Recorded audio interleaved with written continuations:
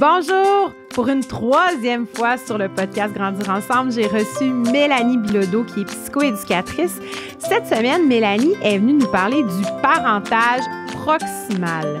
Elle a démystifié tout ça parce que parfois, on a des conceptions de ce qu'est le parentage proximal qui n'est pas nécessairement la définition réelle de ce terme-là.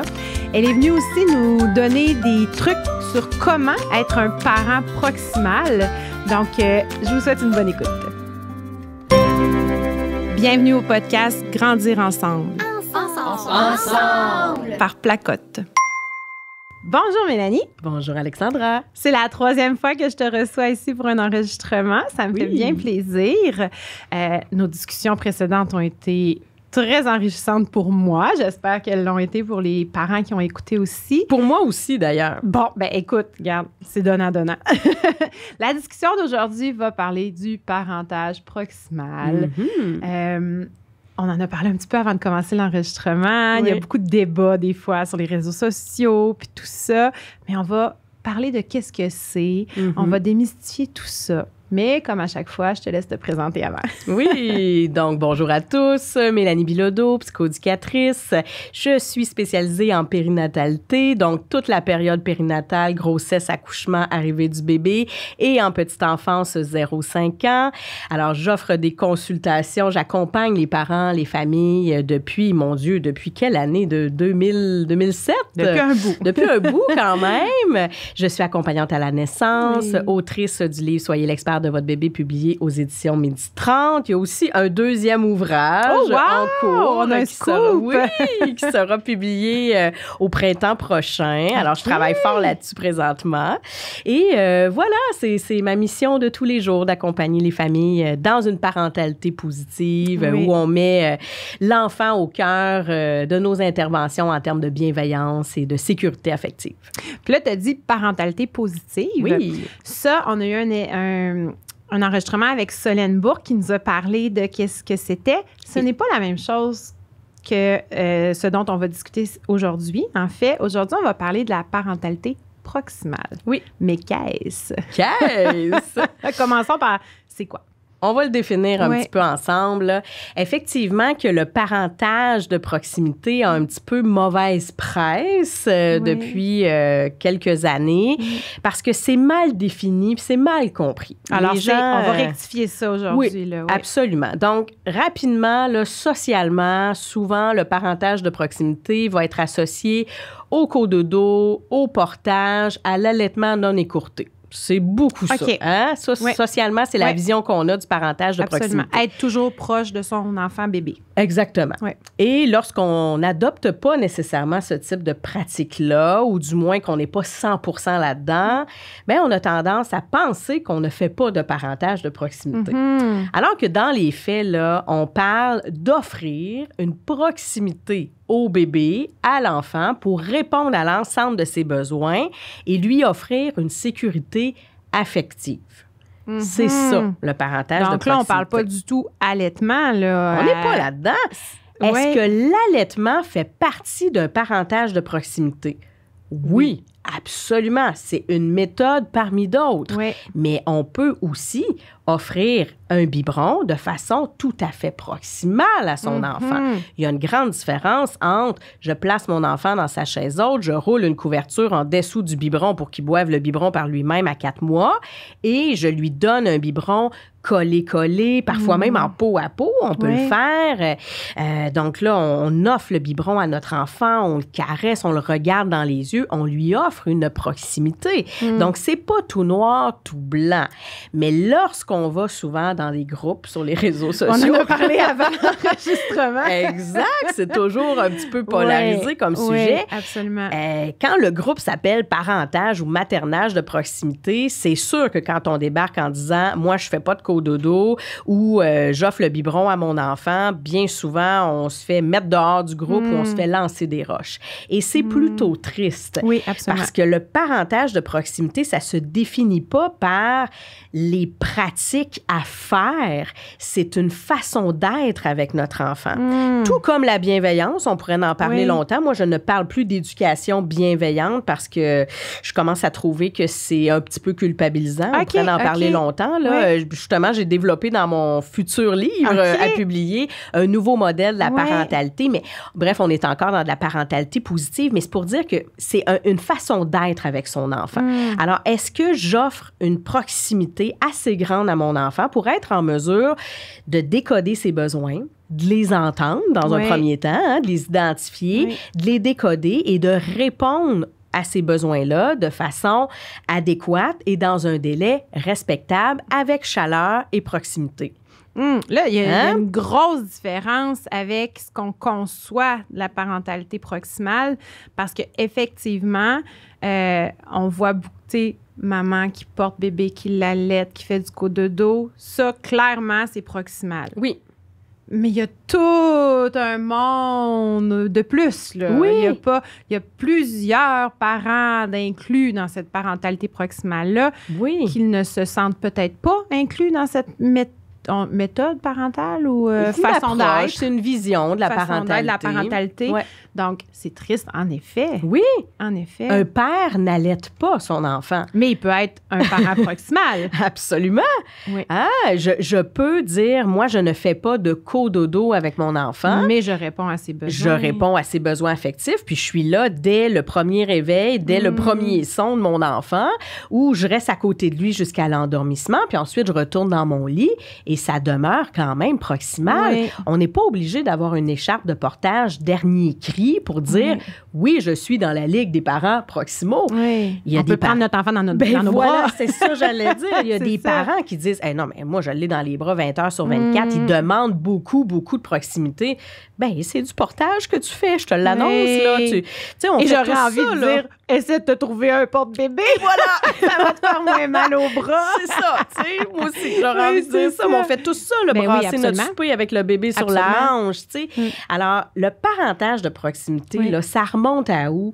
Ce n'est pas une mode, c'est pas un nouveau courant. C'est juste que maintenant, on met des mots là-dessus. Et oui, c'est nouveau qu'il y a des groupes de parentage de proximité, puis les parents s'affichent comme étant un parent proximal. Les réseaux sociaux, parenthèse là-dessus, ont beaucoup changé la parentalité, je trouve. Parce que là, maintenant, tout le monde a une voix.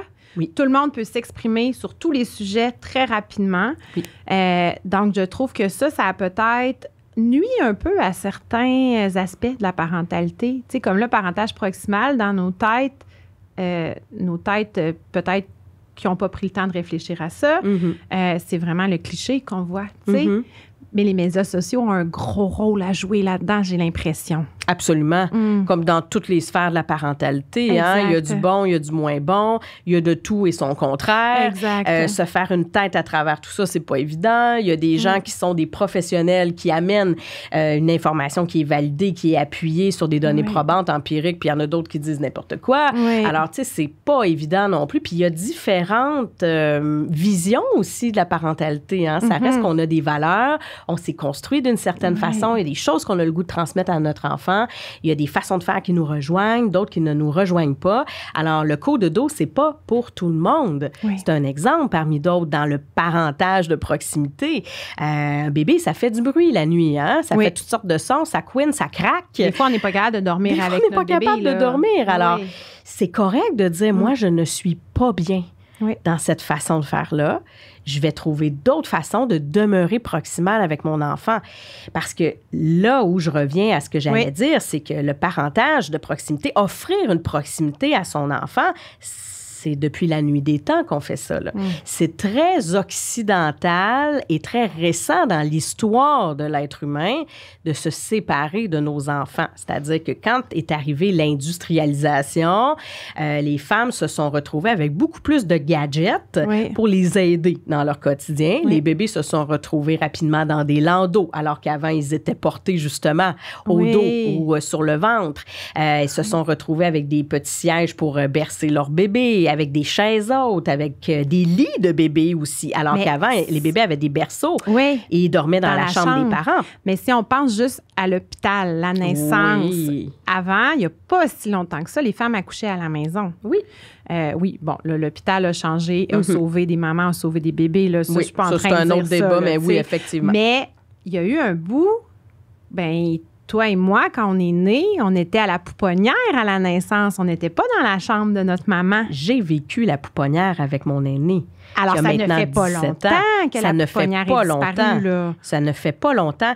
Et c'est pour vous dire à quel point c'est contre-instinctif de séparer un bébé de sa mère. Un jeune bébé comme ça, j'ai pleuré, Alexandra, pleuré. Et ça n'avait pas de sens de demander que mon bébé demeure dans ma chambre. Ce n'était pas une option. Oui. Alors, j'ai demandé que mon bébé demeure avec moi quand ils ont voulu partir avec elle pour la nuit, parce que j'avais le cœur fendu en 30 milliards de morceaux. Puis on m'a dit, ben non, madame, vous allez vous reposer. Votre bébé va aller à la pouponnière. C'était la pire nuit de ma vie. C'est contre-instinctif. Je me réveillais au moment de la tétée et mon bébé était très loin de moi, là, au fond du corridor. Et quelques secondes après, l'infirmière arrivait, ou avec minutes, bébé, disons, arrivait avec le bébé pour que je l'allaite, tellement je me réveillais puis j'étais très connectée sur mon bébé. Alors, depuis toujours, les bébés ont besoin de cette proximité-là avec leurs parents et les mères, particulièrement, ont cet instinct-là. Elles ont besoin que leur bébé demeure près d'elles. Généralement, si ce n'est pas le cas, tapez-vous pas sur la tête. Il y a des mères actuellement qui écoutent, qui disent hey, pour vrai, moi, j'ai pas ressenti ça. C'est pas grave, hein? Ça fait pas de nous de mauvaises mères, mais pas du tout. Mais ça reste qu'il y a 2 millions d'années, la vie sur Terre était dangereuse. Alors, les bébés avaient besoin de demeurer près de leurs parents pour être en sécurité. Alors, aucun parent laissait son bébé tout seul dans le champ là, pendant qu'il cueillait des petits fruits. Hein? Bébé était accroché contre eux, puis tout ça, dans le porte-bébé, avec une écharpe de portage ou avec un autre système. C'était important pour la survie. Puis il fallait que le bébé vive de l'angoisse de séparation et de la colère assez intense pour manifester son mécontentement quand le parent s'éloignait, pour être protégé du prédateur. Fait que s'il y avait un prédateur qui arrivait, il fallait que le bébé hurle. Alors oui, nos bébés vivent de l'angoisse de séparation dès la naissance. Ça, c'est un autre sujet. On pourrait en reparler longtemps. Anxiété de séparation, l'angoisse qui devient de l'anxiété, tout ça. Mais ça reste que dès la naissance, les bébés ont besoin d'être près de leurs parents. Alors, depuis toujours, c'est ce que les parents font. Mais tranquillement, industrialisation, évolution et tout ça, on a commencé à se séparer de nos bébés, à ne plus dormir avec eux, etc., et à souhaiter que nos enfants deviennent autonomes le plus rapidement possible. Absolument. Et on s'est rentré dans le coco des croyances que d'amener nos enfants dans leur chambre le plus rapidement possible, de ne pas les porter trop longtemps, de ne pas les avoir dans les bras et de ne pas les allaiter trop longtemps, ferait en sorte que nos bébés deviennent autonomes plus rapidement. Alors que... c'est l'inverse. C'est complètement le contraire. C'est l'inverse. C'est l'inverse. Tu sais, dans les faits, un bébé, un enfant, pour devenir autonome, doit d'abord acquérir de la confiance. Alors, le jeune enfant, il se promène entre la confiance et la méfiance dans sa première année de vie et voire même dans ses 3 premières années de vie, selon comment il est accompagné, selon son tempérament, etc. Alors, l'enfant... s'il n'a pas ce sentiment de confiance-là en lui, dans un premier temps, donc la confiance en sa capacité d'émettre des signaux assez clairs pour se faire décoder et pour avoir une réponse à ses besoins, et ensuite la confiance en l'autre, donc en son parent, d'avoir cette réponse-là de façon constante et cohérente, bien, l'enfant, il ne va pas aller vers l'autonomie, là. Il a besoin de consolider ce sentiment de confiance-là. Et ça se fait pas dans les 6 premiers mois de vie, puis pas dans la première année de vie non plus. C'est sur du long terme. Ben oui, tu sais, l'autonomie, c'est entre 18 mois et 3 ans et demi. Il y a de la marge, là, tu sais. Alors, un enfant qui dormirait encore avec ses parents à 18 mois, il n'y a rien d'anormal là-dedans. Ça ne veut pas dire qu'il ne sera jamais autonome. Maman qui allaite son enfant encore à l'âge de 2 ans et demi, arrêtez d'avoir peur qu'il soit encore au sein à 18 ans, s'il vous plaît. Ça n'arrivera pas. Il va être sur le sein de quelqu'un d'autre, en théorie. On l'espère du moins qu'il ne soit plus sur le nôtre. Faut arrêter d'avoir peur de ça. On ne gâte pas nos enfants enfants en leur offrant de la proximité. On ne nuit pas à leur autonomie. Ça fait vraiment partie des mythes. On les aide. On consolide leur sécurité affective, leur attachement aussi, l'attachement sécurisant qui est très déterminant pour le reste de leur vie dans le comment ils vont interagir avec les autres, comment ils vont entrer en relation, comment ils vont se faire des amis, comment ils vont entretenir des relations dans le futur avec un futur conjoint, une future conjointe, partenaire de vie. Est-ce que je vais avoir peur d'être laissée à tout bout de champ et je vais développer une certaine dépendance affective, une insécurité, ou est-ce qu'au contraire, je vais saboter mes relations constamment parce que j'ai tellement peur d'être abandonnée que la minute que ça commence à devenir un petit peu intéressant, je vais prendre la poudre d'escampette puis je vais complètement saboter la relation.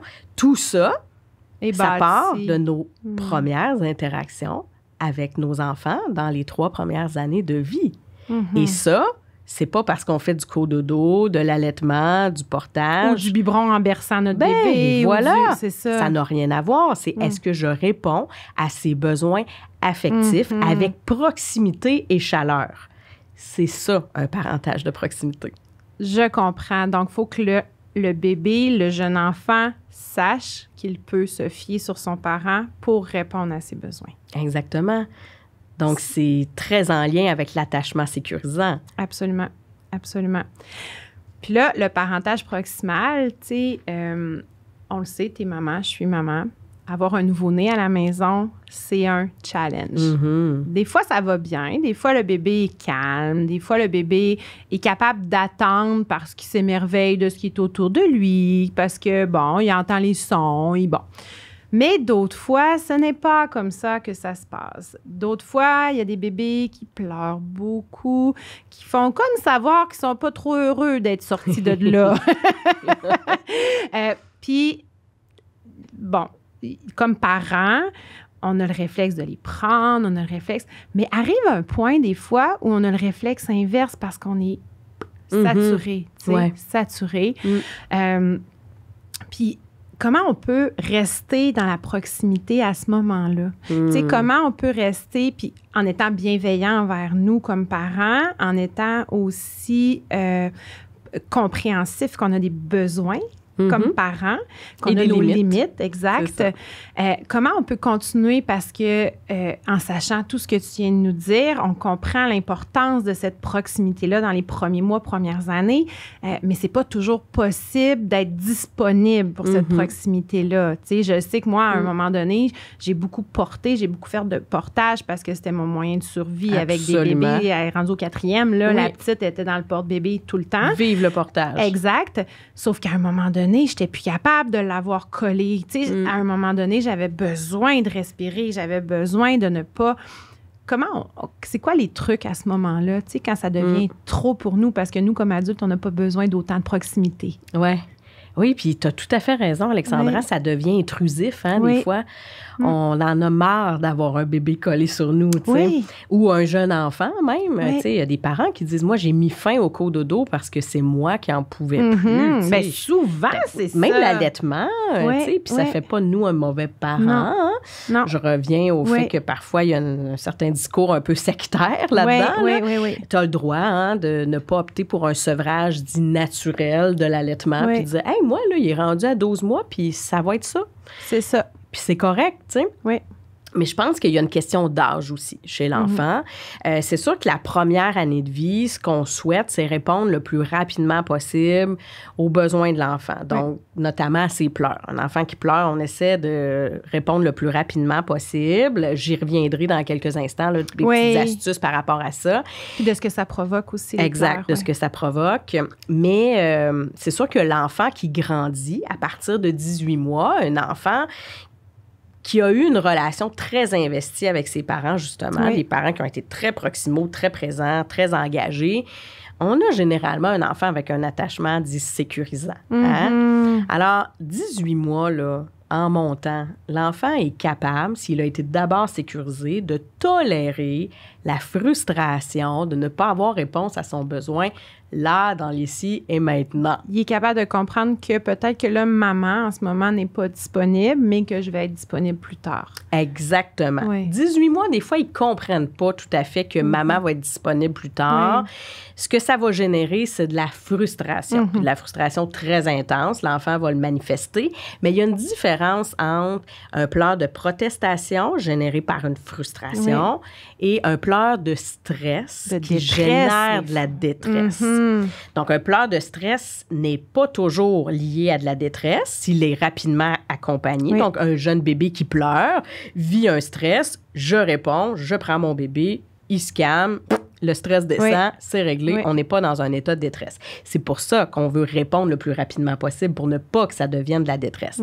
Mais un pleur de protestation chez un enfant qui est d'abord sécurisé, qui n'est pas content parce qu'on lui dit « ça sera pas long, je vais terminer de manger et je vais te prendre », il va pleurer fort, mais il est capable de tolérer cette frustration-là. C'est-à-dire que ça ne deviendra pas nécessairement de la détresse.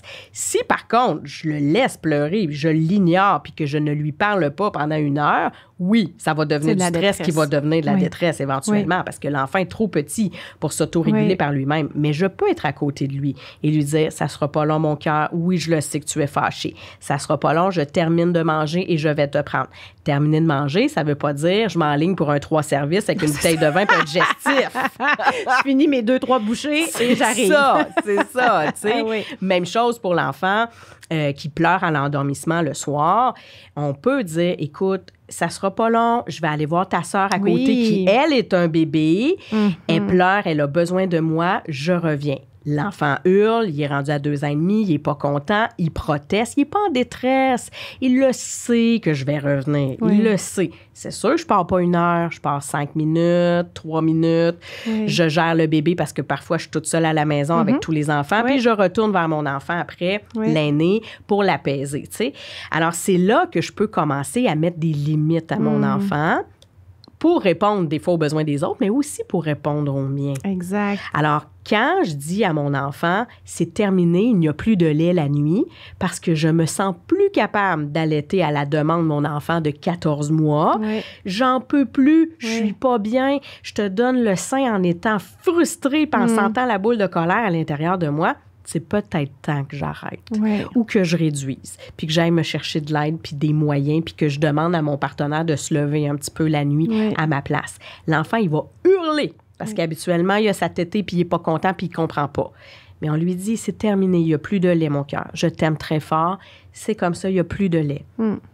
Et il va tolérer cette frustration-là. Il va s'en sortir, vous comprenez? Il ne viendra pas toxicomane à l'adolescence. Il est accompagné dans sa colère. Exact. C'est ça qui est important, c'est que les enfants se sentent accompagnés. On ne le laissera pas pleurer tout seul en disant, il n'y a plus de lait, c'est terminé, je ferme la porte, je m'en vais me coucher. Papa va y aller, ou deuxième maman, ou il va y avoir de l'aide. Cet enfant-là, il en a besoin. Là, maintenant, chez le jeune bébé, première année de vie, c'est plus difficile parce qu'il a réellement besoin de nous et ses pleurs peuvent rapidement générer du stress qui devient de la détresse. C'est là que ça nous prend de l'aide. Exact, c'est ça. Aller chercher de l'aide extérieure. Ça prend de l'aide extérieure. Souvent, la famille va être disponible dans le premier mois qui suit la naissance, puis c'est pas là qu'on a le plus besoin. Non, là, ça va bien, normalement. Ça va bien. Si ça va pas bien, on est encore en contact avec le CLSC, avec notre médecin, avec notre sage-femme, avec peu importe qui, on a encore du soutien. Oui, des fois, on a un partenaire qui est encore en congé parental. On a un bébé qui a des endormissements beaucoup plus rapides aussi, qui s'en va plus fréquent. Exact, plus fréquent, qui va plus rapidement en sommeil profond et tout. Fait que c'est un petit peu plus facile, malgré que c'est une grande période d'adaptation, mais toute la première année de vie, on a besoin d'avoir de l'aide. Donc, il faut oser dire à notre entourage, j'ai besoin que tu viennes sortir les enfants, tu les amènes au parc quand j'ai d'autres enfants, plus souvent la semaine. À 3 heures, ils ne sont pas du monde, ils veulent aller jouer dehors, amène-les dehors. Moi, j'ai un bébé à gérer, j'en ai plein les bras. Ou viens bercer mon bébé un juste petit bercer peu. Bébé, et moi, ça. Je vais aller au parc avec les aînés, tu sais. C'est pas parce que je délègue à quelqu'un d'autre la responsabilité momentanée d'offrir une proximité à mon bébé que je suis moins dans le parentage de proximité. Parce que la personne qui est là va bercer bébé et dans Exact. le parentage de proximité aussi. C'est ça. Exact. Est-ce que ce bébé-là a réponse à son besoin? Oui. Oui. Oui. Donc, on arrête de se stresser avec ça. Mm-hmm. On a le droit de dire, moi, j'arrête l'allaitement, puis papa va donner le biberon. Mm-hmm. C'est correct, ça peut être tout aussi proximal. Oui. C'est toujours ça qu'il faut avoir en tête. Est-ce que je réponds à ses besoins affectifs avec proximité et chaleur? Oui. C'est ça. C'est ça. Ça vient changer notre regard là-dessus. Hein? Ça vient vraiment changer notre regard. Tantôt, on a parlé des pleurs. On a abordé rapidement. J'aimerais ça qu'on en parle plus parce que je sais que c'est souvent sujet à débat. Laisser ou non pleurer bébé, lui apprendre à attendre. Puis là, selon ce que je comprends depuis le début de notre discussion, la première année de vie, premiers 18 mois, ce n'est peut-être pas la meilleure idée. Mais qu'est-ce que ça provoque, les pleurs chez le bébé? Et chez le parent, on sait que souvent, quand on entend notre bébé pleurer, on n'est pas bien. Ouais. Mais quand le pleur arrête, on est bien. Ouais. Mais chez le bébé, c'est pas tout à fait ça qui se passe. C'est ça. C'est ça.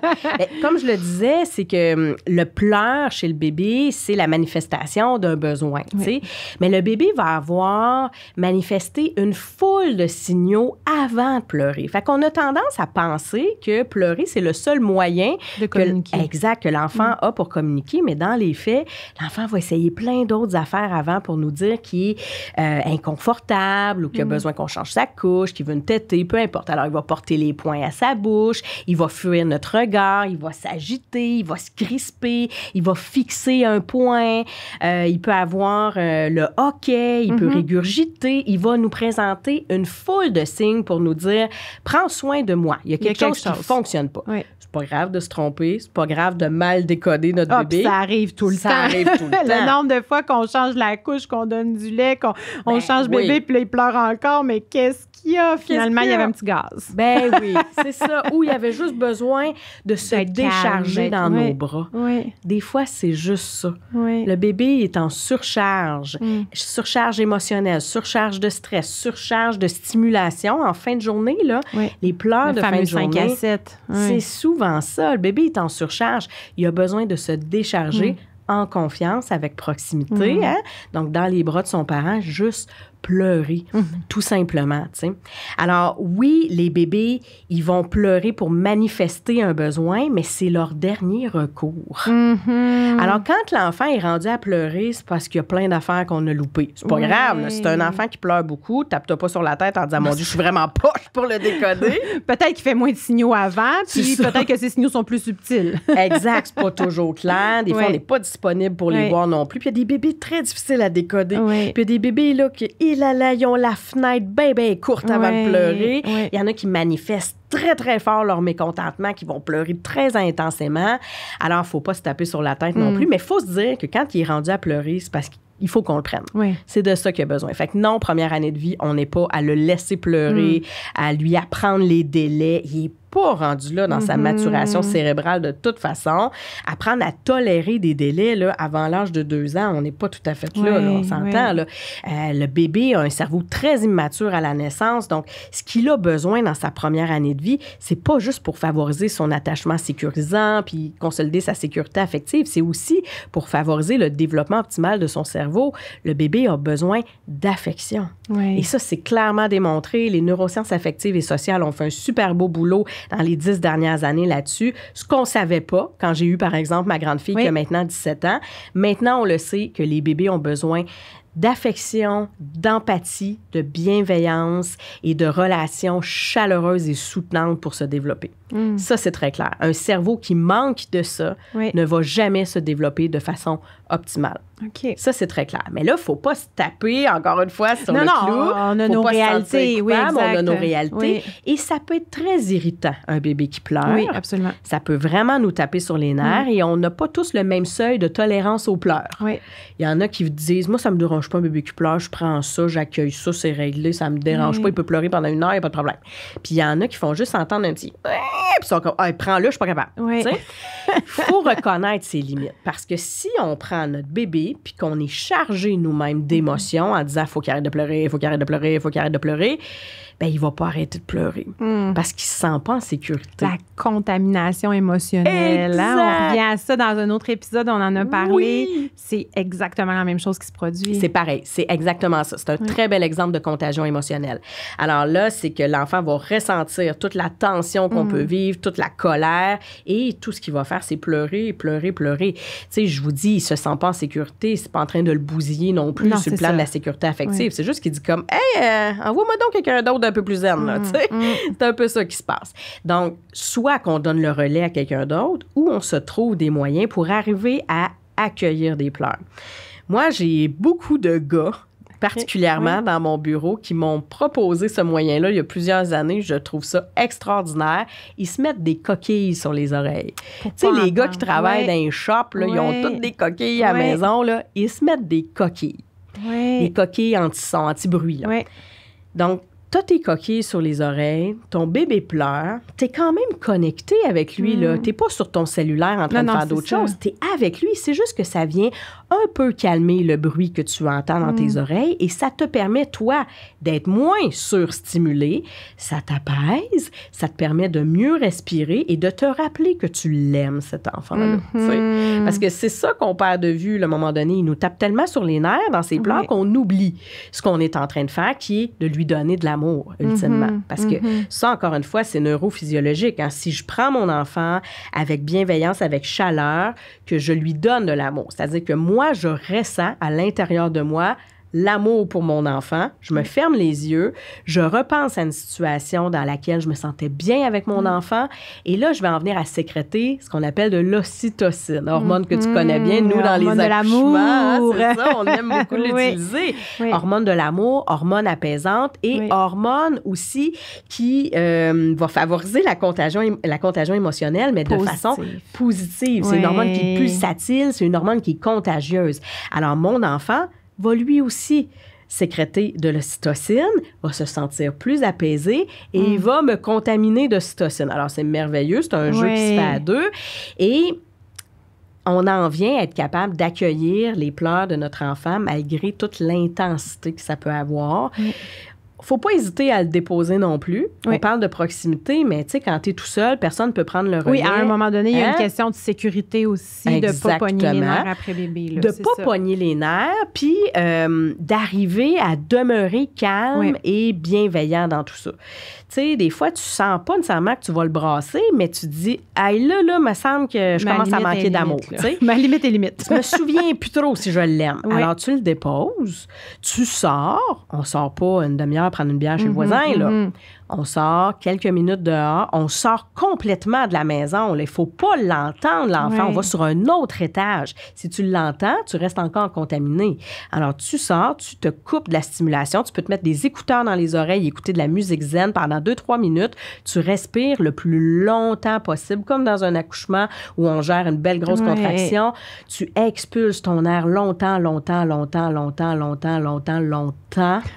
Une grande expiration. On inspire, on fait ça tout doucement. Et déjà, après 3-4 longues et lentes respirations, on sécrète des endorphines, on se sent un petit peu plus apaisé. Et là, on peut retourner auprès de notre enfant. On le reprend. Je m'excuse, mon cœur. Je t'aime très fort. Je me sentais impatient. Je suis là. Je suis avec toi. Je sais que tu n'as pas aimé ça. Là, pendant ce temps-là, il hurle. Il n'entend pas ce qu'on dit. Là. On s'entend. Là. On se parle à nous plus. Hein, c'est ça. Il faudrait le simuler, mais ça a l'air un peu ridicule au moment où on le fait réellement. Mais ça nous apaise de se parler comme ça aussi. Ça nous rappelle ce qu'on est en train de faire et ça apaise notre enfant aussi. Tu sais, puis il faut garder en tête que c'est pas grave un bébé qui pleure. On veut constamment faire taire nos bébés qui pleurent parce qu'on est mal à l'aise avec ça, parce qu'on a l'impression qu'on n'est pas bon. On se dit là, si mon enfant pleure, il y a quelque chose que j'ai mal décodé, alors que c'est pas le cas. Un enfant va pleurer pour toutes sortes de raisons, mais comme je le disais plus tôt, parfois, il va pleurer juste de décharge. Et un pleur de décharge, là, c'est un trop-plein qui se doit de sortir. Alors, il peut pleurer pendant 20, 30, 45 minutes, 1 heure, ce qu'on confond parfois avec les pleurs de colique en fin de soirée, en fin de journée. Là. Un enfant qui pleure toujours à la même heure, à tous les soirs, pendant plus de 3 semaines, là, c'est pas des coliques, ça, là. C'est un pleur de décharge. On le sait qu'à 6h20, il commence à être à bout de sa journée. On commence à tamiser un petit peu l'environnement, de calmer les stimulations, les plus grands qui parlent plus fort. Chut, on parle moins fort. Le bébé, il n'aime pas ça. Oui. On ferme les écrans, on ferme la musique, on ferme la télé. C'est la pire affaire. On baisse le ton, on tamise la lumière, on va s'enfermer dans une chambre 15 minutes, 20 minutes avant l'heure où l'enfant explose pour venir calmer son système nerveux central qui est encore très immature. Et là, on accueille la décharge. Tout simplement, on se met des coquilles sur les oreilles au besoin. Puis on accueille. Si on fait ça de façon préventive, en sachant qu'à tous les soirs, vers 6h20, notre enfant explose, puis qu'à 6h, on s'en va dans une autre pièce, bien, ça va durer beaucoup moins longtemps. Oui. Ce pleur de décharge-là, au lieu de durer 3 heures, de 6 heures à 9-10 heures, bien, ça va peut-être durer 1 heure, 1h15, 1h30. Ça va être beaucoup moins intense, tu sais. Encore une fois, il n'y a rien de miraculeux dans tout ce que je vous dis. Il y a des bébés qui vont continuer à pleurer, puis il y a des bébés qui vont continuer à s'exprimer haut et fort, très fort des fois. Absolument, absolument. Mais quand on comprend que c'est une décharge, même les bébés les plus intenses, ça va durer moins longtemps. Oui. Lorsqu'ils sont bien accompagnés, qu'on est calme, qu'on arrive à demeurer quand même un peu zen dans cet accueil-là, puis qu'on favorise aussi l'environnement pour que l'enfant puisse s'apaiser et se sente moins surchargé. Oui, puis ça, j'imagine aussi que pendant la journée, on peut prévenir aussi cette surcharge-là en n'ouvrant pas toujours toutes grandes les lumières, en essayant d'être plus calme dans notre ton de voix, en essayant, s'il y a d'autres enfants, en les faisant jouer dans une autre pièce. Il y a des choses qu'on peut faire au quotidien aussi, j'imagine, pour diminuer cette période-là qui s'en vient le soir. Là. Absolument. Parce que c'est pas une période facile quand bébé pleure à répétition plusieurs soirs en ligne. Ouais. Puis ça arrive jamais à 3 heures de l'après-midi. Là. Ça arrive toujours quand on est brûlé, on a le goût de se coucher, on est moins patient. Fait qu'il y a, c'est ça, les trucs qu'on peut mettre en place pendant la journée pour diminuer un petit peu cette surcharge-là. Là, oui. Je dirais beaucoup les bruits ambiants. OK. Souvent dans une maison, là, il y a la télé qui va jouer. Mais avec un premier bébé, là, la télé, moi, était toujours ouverte, la télé, parce que quand je m'assoyais, j'allaitais. Après ça, je donnais le biberon plus tard. Mais la télé était ouverte. Ben oui, on regarde une série. Même la nuit. L'allaitant. Ben oui, c'est ça. On a la radio qui joue tout le temps. Ça, c'est de la stimulation, parfois qui est de trop pour un bébé. Alors, de fermer complètement les écrans. Tu sais, l'idée, c'est pas de vivre dans le silence non plus. On n'est pas dans un... On pourrait peut-être avoir des écouteurs monastère. Avec la télé. Oui, c'est ça, on n'est pas dans un monastère. Mais tu sais, des écouteurs avec la télé, des choses comme ça. On peut se donner des trucs qui nous répondent à notre besoin de se faire divertir un petit peu, parce que des fois, c'est long à la maison avec bébé. Là. Absolument. Mais des écouteurs sans fil. C'est ça, exact. Écouter notre musique dans nos écouteurs, notre podcast. Un podcast. En pliant nos vêtements, bébé est en portage. C'est ça. Mais tu sais, il y a certains trucs qu'on peut se donner pour pas que bébé soit surstimulé, finalement. Exactement. Puis tu sais, il y a beaucoup de parents, là, quand je leur dis ça, qui disent hey, « T'as raison, la télé est allumée toute la journée. Elle n'est pas forte, elle est juste sur les nouvelles à LCN. » Mais dans le fond, je la regarde pas vraiment. Bien, on va la fermer, tout simplement. Placer bébé en portage aussi. Justement, là, si on a un bon système de portage, en fin de journée, quand on sait que la décharge s'en vient, là, tu sais, avant que les autres enfants reviennent de la garderie, de l'école, face vers nous. Tu sais, si on a une écharpe en tissu, là, on peut ramener ça sur la tête tranquillement pour le couper un petit peu de la stimulation. Fait que ça l'apaise. Les seules stimulations qu'il va avoir, c'est notre voix, notre cœur qui bat, la chaleur de notre poitrine. Ça aussi, c'est apaisant. Ça vient le contenir. Les petits bébés ont besoin d'être contenus souvent. Non seulement ça permet d'intégrer leurs réflexes archaïques, mais aussi de s'apaiser puis de mieux réagir aux stimuli de l'environnement. Fait que ça peut être des belles stratégies aussi durant toute la journée là, pour prévenir. Puis quand on le sait qu'on a eu une journée difficile pour bébé, puis tu sais, des fois, c'est pas difficile pour nous, mais ça l'est pour lui. Exemple, on est allé au cours de yoga maman-bébé le matin, on est allé bruncher avec des chums de filles sur l'heure du dîner, puis après ça, on a fini ça chez un autre ami avec... tu sais, c'est ça. C'est une grosse journée pour lui. Alors, observez aussi ce qui s'est passé dans la journée de votre enfant. Ce soir-là, vous ne l'aurez pas vu venir, mais vous allez pouvoir dire « Ah ouais, j'avoue, hein, ça a été une grosse journée. Gros. Bon, ben la prochaine fois, je vais prévenir le coup. Quand je vais revenir à la maison à 15h, je vais le placer en porte-bébé très, très tôt. Puis je vais essayer de faire en sorte que les enfants ne parlent pas trop fort en arrivant à la maison. Puis rapidement, je vais aller dans une pièce tamisée pour lui, pour l'aider à mieux accueillir la décharge, justement, puis que ça soit moins intense pour lui. » Puis tu sais, moi, j'ai eu 4 enfants. Puis je te l'ai dit avant l'enregistrement, mais à mon premier, je n'étais pas du tout dans cette façon de faire-là. Puis à ce moment-là aussi, les médias sociaux n'existaient pas beaucoup. Exact. Tu sais, il y a 11 ans, là, c'était le début. Puis c'était pas les groupes, c'était pas... Bon, il n'y avait pas tant de soutien que ça via les réseaux sociaux. Mais je n'étais pas du tout dans cette façon de faire-là. Puis moi, la pression externe, la pression autour a fait que j'ai pas écouté ma petite voix. Je me suis pas respectée là-dedans. Puis à la deuxième, là, je me suis écoutée. Puis là, je me suis respectée. Et, bon, ça, c'est sûr que c'est mon expérience personnelle, mais ça a tellement été plus facile. Oui. Ça a tellement été plus facile. Moins de frustration. Plus de moments le fun avec mon bébé. T'sais, plus de moments agréables, de qualité. Plus le goût aussi de répondre rapidement parce que... Hey, tu sais quoi, elle pleure, mais c'est pas parce qu'elle est brisée. Ouais. Tu sais, le premier, j'étais là, il pleure à 9 mois encore, il pleure donc bien. Oui, mais comment ça qu'il pleure de même? Il a peut-être mal à quelque part. Et on a cherché. Ben oui. Alors qu'il avait juste besoin d'être. T'sais. Il a peut-être mal à quelque part ou je suis pas bon. Oui, c'est ça. Je l'ai pas. C'est ça. Puis c'est super culpabilisant. Ben oui. Mais une fois que j'ai fait le switch, là, oh mon Dieu, qu'être parent maintenant, ça a été facile. Bien, facile, c'est pas vrai. Non, c'est pas ça a vrai. son lot de défis. C'est pas vrai. T'étais plus confiante. J'étais plus confiante et c'était plus agréable surtout. Oui. Tu sais, même au milieu de la nuit, c'était plus agréable. Ouais. Tu sais, fait que... Et on revient à la prise de conscience. Oui. Encore une fois. Ça revient dans chacun des épisodes, hein? Mais c'est vrai. Mais c'est ça quand même. Puis, tu sais, de t'entendre dire que être en proximité avec son bébé, ce n'est pas nécessairement l'avoir en portage tout le temps, mais c'est de répondre à son besoin, à son besoin de réconfort, son besoin de... Puis ça, papa, bien, l'autre conjoint peut le faire aussi. Absolument.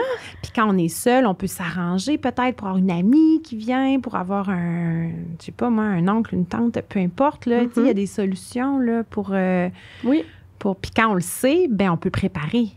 On peut mettre la table, mettre le terrain pour que ça se passe bien. Absolument. Puis on se met beaucoup de pression pour assumer ce rôle-là par nous-mêmes. Oui. Puis on n'ose pas déléguer. Des fois, on ne fait pas confiance, il y a ça, mais des fois, on sent que c'est notre responsabilité d'assumer ce parentage de proximité-là. Puis que si on ne le fait pas, bien, on n'est pas bon, puis on n'est pas à la hauteur. On revient encore dans l'histoire, là.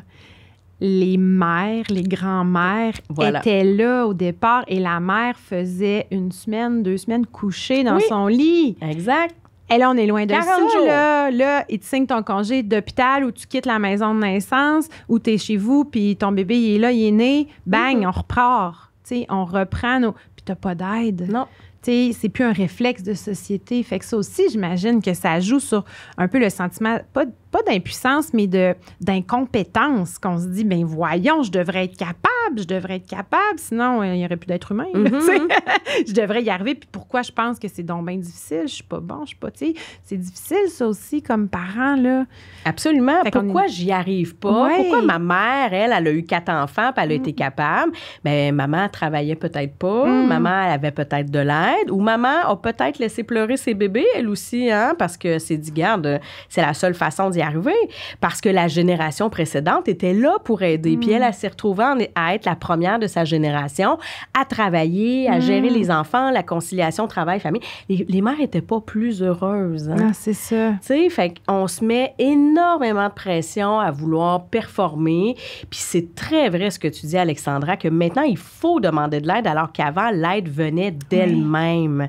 Oui. C'était vrai, là, les femmes étaient 40 jours au lit après avoir accouché, puis tout le monde venait aider. Maintenant, il faut le dire, amène-moi de la sauce à spaghette, ça me donnerait un coup de main. Oui. Écoute, peu Peux-tu plier ma brassée? Écoute, ça se faisait d'emblée, tu sais. Ouais. Puis c'est le plus beau cadeau qu'on puisse faire à quelqu'un qui vient d'accoucher, c'est de lui offrir de l'aide concrète. Je vais aller chercher tes enfants, je vais les amener au parc, je vais aller reconduire le plus vieux à la garderie, je vais aller faire ton ménage, je vais t'amener ta bouffe.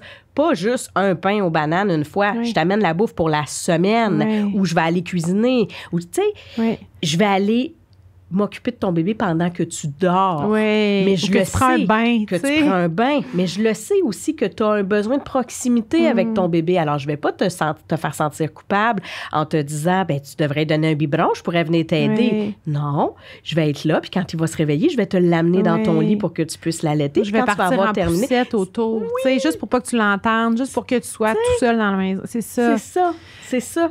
Puis j'ai le goût peut-être de terminer avec Oui. ça, le côté un peu pervers aussi du parentage de proximité, c'est que parfois, quand l'enfant grandit, on ne répond plus toujours aux besoins de l'enfant, mais on répond aux nôtres. OK. Alors ça, c'est le parent à l'inverse de ce qu'on a nommé aujourd'hui, qui est un petit peu trop dans la surprotection.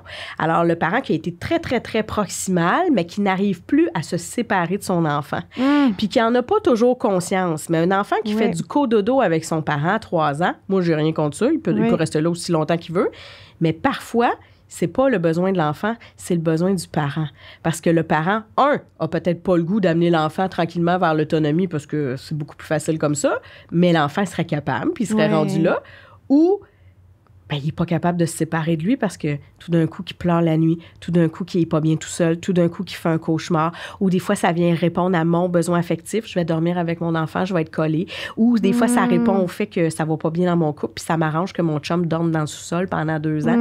Tu sais, c'est important de se poser la question. Mais c'est intéressant, ça, que tu mentionnes ça, parce que, tu sais, moi, j'ai un coco qui a fait du cododo. Oui et non, là, mais jusqu'à 6 ans. Ben là, oui. Tu sais, mon petit 7 ans, il débarquait dans notre lit, tu sais. Mais lui, c'est un petit enfant hyper insécure de tout ce qui peut faire peur. Là, oui. Fait qu'un cauchemar la nuit, là, c'est la fin de sa nuit. Un bruit fort, c'est la fin de sa nuit. Fait que, tu sais, il y avait ce besoin-là. Voilà. Comme moi, quand je me retrouve tout seul dans mon lit, que mon chum est parti, un voyage d'affaires ou peu importe, c'est plus long m'endormir. Ben oui. J'ai plus de misère à m'endormir. Puis si je me réveille dans le milieu de la nuit parce que j'ai entendu un drôle de bruit dans ma maison, ça me stresse plus, tu sais.